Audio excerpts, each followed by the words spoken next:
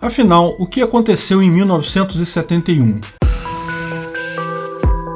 Esse é o Visão Libertária, sua fonte de informações descentralizadas e distribuídas. A economia tem uma enorme capacidade de se equilibrar naturalmente face a problemas ou estímulos externos, principalmente se deixadas sem interferência. Adam Smith descrevia esse fenômeno como a mão invisível, que tendia sempre a recolocar preços e o nível de produção em equilíbrio após esses serem afetados por fatores externos. De fato, se olharmos a história da economia mundial desde o século XIX, sempre houveram várias crises. Tipicamente, essas crises começam com um evento externo, uma guerra, uma seca, uma praga, uma pandemia, que pode levar governos a proibir pessoas de trabalhar. De fato, tais fatores causadores da crise estão fora da economia em si.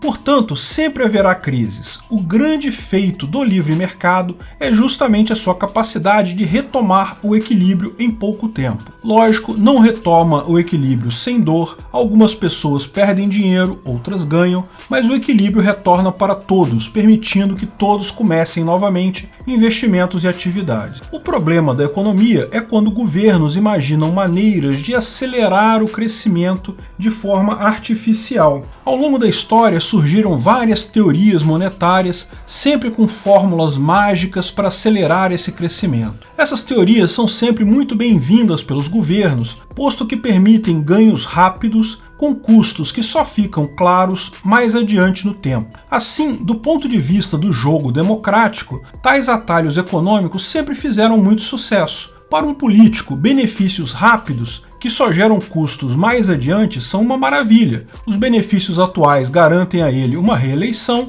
e os custos só virão mais lá na frente, já vai ser problema de outro político mesmo. Mas é curioso ver como essas tentativas de acelerar a economia sempre deixam sua marca. Veja esses gráficos sobre o que aconteceu em 1971, que mostram alguns indicadores econômicos americanos e mundiais. Esse gráfico do Instituto de Política Econômica mostra que, até o ano de 1971, as compensações aos trabalhadores, que inclui salários e outros tipos de benefícios, que são essa linha vermelha, elas cresciam de forma proporcional aos ganhos de produtividade da economia americana. Isso faz sentido se, com o uso de máquinas, novas técnicas, trabalhadores mais capacitados, o trabalho fica mais otimizado, é natural que todos ganhem mais com isso. Porém, a partir de 1971, percebe-se um descolamento desses gráficos. A produtividade continuou crescendo, mas a compensação para os empregados estacionou.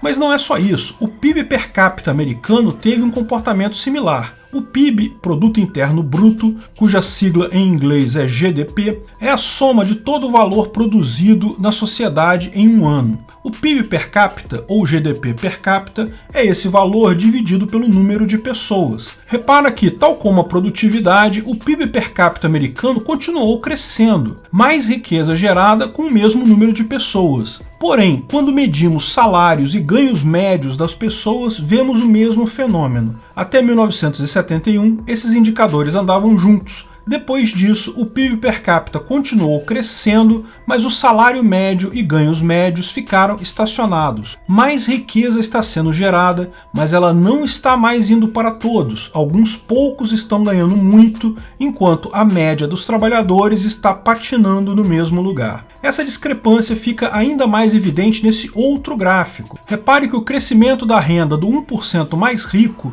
e dos 90% mais pobres. O 1% mais rico é representado pela linha vermelha, os 90% mais pobres pela linha verde. Repare que a crise de 29, ambas as linhas estão negativas, até a Segunda Grande Guerra. O mundo todo ficou realmente mais pobre nesse período. Mas, a partir daí, os muito ricos continuaram perdendo um pouco do crescimento, enquanto os 90% mais pobres passaram a ganhar muito mais. Mas isso mudou em 1971. Os 90% mais pobres estacionaram em seus rendimentos, ao passo que os 1% mais ricos passaram a ganhar cada vez mais. Mesmo quando você olha outros gráficos relacionados, por exemplo, à raça ou gênero, Até 1971, famílias negras americanas vinham fechando rapidamente o gap entre a renda de brancos e negros. Isso é o esperado, porque, como já explicamos em outros vídeos, o livre mercado é essencialmente antirracista. Ser racista no mercado dá prejuízo. Então a tendência natural é que esse gap, que surgiu por questões históricas, se feche com o tempo numa sociedade livre, num livre mercado. E isso vinha acontecendo com muita velocidade, até 1971. Depois disso, o progresso tem sido muito mais lento. E o mesmo pode ser dito sobre o gap de renda entre homens e mulheres. E vários outros indicadores vão no mesmo sentido. O que explica tudo são esses gráficos que mostram a inflação acumulada. Repare como o crescimento da inflação é lento até 1971. Depois disso, o crescimento foi muito mais rápido. Repare que gráfico após gráfico mostra que algo de muito importante e ruim aconteceu em 1971. O que foi que aconteceu nesse ano? Bem, no dia 15 de agosto de 1971, Richard Nixon, então presidente americano, anunciou o fim do padrão ouro. Até aquele momento, o dólar poderia ser trocado por uma quantia equivalente em ouro. Até aquele momento, a moeda americana tinha lastro, ela era lastreada em ouro. Após esse dia, a moeda americana passou a ser uma moeda fiat, ou seja, que vale apenas porque as pessoas confiam nela. Ela não tem mais lastro em nada. Ou melhor, o lastro dela, como de qualquer outra moeda fiat, é a honestidade dos políticos que controlam a moeda. Não é um lastro muito bom. Eu tinha apenas 3 anos em 1971.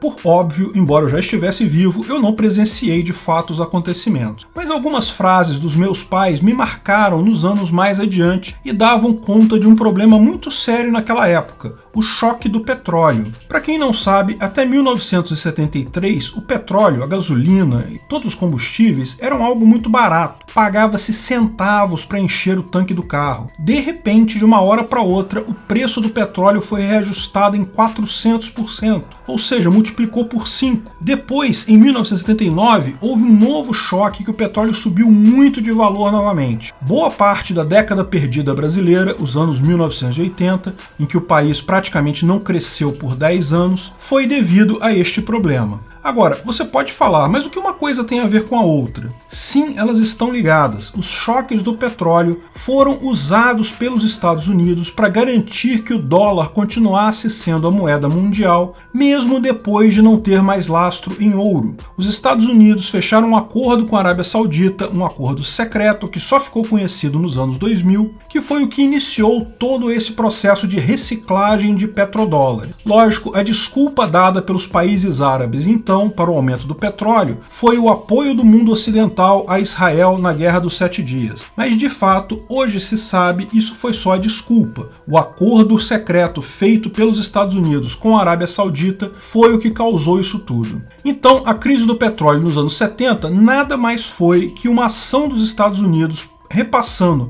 para o resto do mundo uma parte do custo pelo fim do padrão ouro. Se não tivesse feito isso, talvez a década de 1980 não teria sido tão ruim assim para o Brasil e para o resto do mundo, e talvez as coisas teriam sido ainda piores lá nos Estados Unidos. Esse esquema de reciclagem de petrodólares eu explico melhor no vídeo Por que os Estados Unidos não saem do Oriente Médio. Como esse simples detalhe, a retirada do lastro em ouro do dólar, pode ter causado tantas coisas ruins na economia americana? Simples. Antes disso, o governo americano até imprimia dinheiro, até gerava dinheiro do ar para bancar os seus próprios custos, mas fazia isso de forma muito comedida, justamente porque precisava dar a impressão para o resto do mundo que cada dólar poderia ser trocado por ouro. A impressão de dinheiro pelo Estado americano era muito limitada. Isso garantia que a economia americana funcionava bem. Infelizmente, essa impressão, embora comedida, ficou um pouco menos comedida por conta dos gastos na corrida espacial. Isso fez com que pessoas desconfiassem que não havia tanto ouro assim suficiente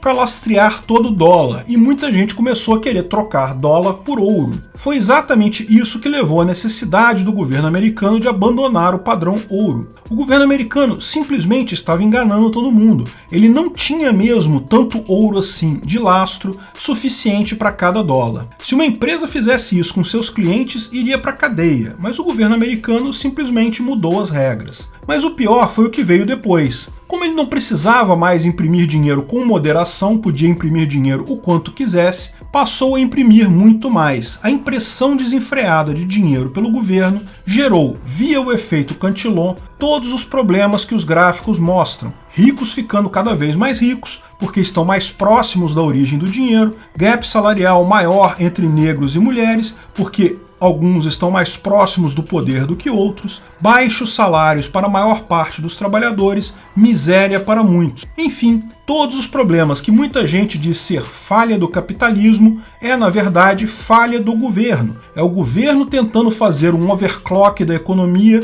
com impressão de moeda e, assim, desgastando a economia absurdamente. Problema do próximo governo, pensam todos eles. A economia americana mostra a tragédia que são esses papeizinhos coloridos lastreados em honestidade de político. Aqui no Brasil, onde o dinheiro nunca teve lastro e o governo sempre imprimiu quantidades obscenas de dinheiro para cobrir seu gasto, você sabe, acabamos nessa tragédia social que temos hoje. Uma sociedade ainda mais desigual que a americana, com gaps salariais ainda piores e com a população ainda mais miserável. Também aqui não é culpa do livre mercado ou do capitalismo, coisa que nunca existiu aqui. É culpa do governo querendo turbinar o crescimento a todo custo, sacrificando o livre mercado em si ao envenenar a moeda. A solução para isso, porém, está ao nosso alcance agora. Só precisamos de uma moeda que não seja controlada por governos, uma que tenha escassez definida, sendo impossível criar mais unidades dela.